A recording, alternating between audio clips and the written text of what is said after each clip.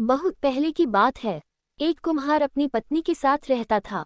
उसके पास एक गधा था जिसका नाम नंदू था। कुम्हार की रोजी रोटी नंदू से ही चलती थी और नंदू उनकी हर बात मानता था।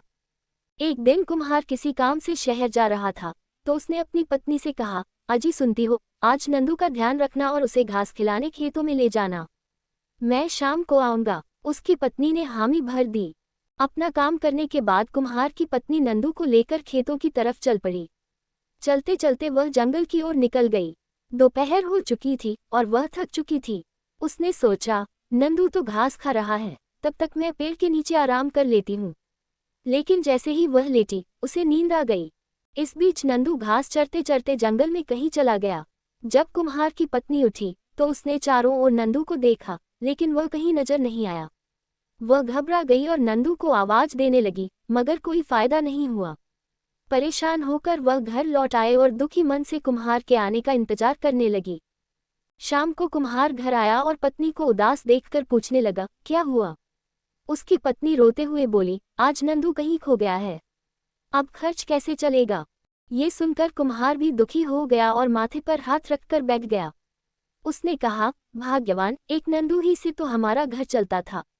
अब बारिश भी आने वाली है और हमारी छत जगह जगह से टूटी पड़ी है। टपकते पानी से इतना डर लगता है कि शेर से भी नहीं लगता। संयोग से उनकी झोपड़ी के पीछे एक शेर खड़ा ये सब सुन रहा था। उसने सोचा, आखिर ये टपका क्या चीज है जो मुझसे भी खतरनाक है। ये सोचते हुए वह आगे बढ़ गया। थोड़ी दूर पर एक बुढ़िया घर के बाहर पूड़ियां बना रही थी। उसने भी आसमान की तरफ देखा और बोली, हे भगवान, इस बार भी छत ठीक नहीं हो पाई। अगर बारिश हुई तो क्या होगा? इतना डर तो शेर से भी नहीं है जितना टपकी से है। शेर और ज्यादा डर गया। उसने सोचा, यह अम्मा भी वही बात कह रही है जो कुम्हार दंपति कह रहे थे। ये टपका अगर मेरे सामने आ गया तो शायद मुझे भी खा जाएगा। डरते डरते वह जंगल की तरफ भागने लगा।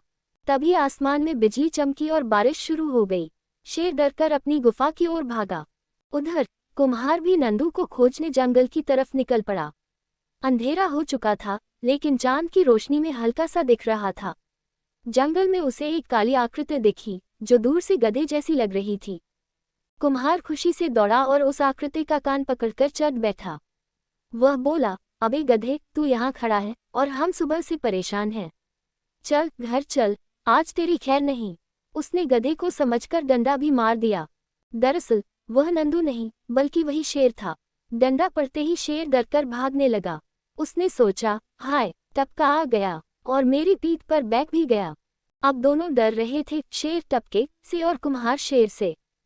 भागते भागते जब चांद की रोशनी तेज हुई तो कुम्हार को एहसास हुआ कि वह गधे पर नहीं बल्कि शेर पर बैठा है। उसकी हालत खराब हो गई।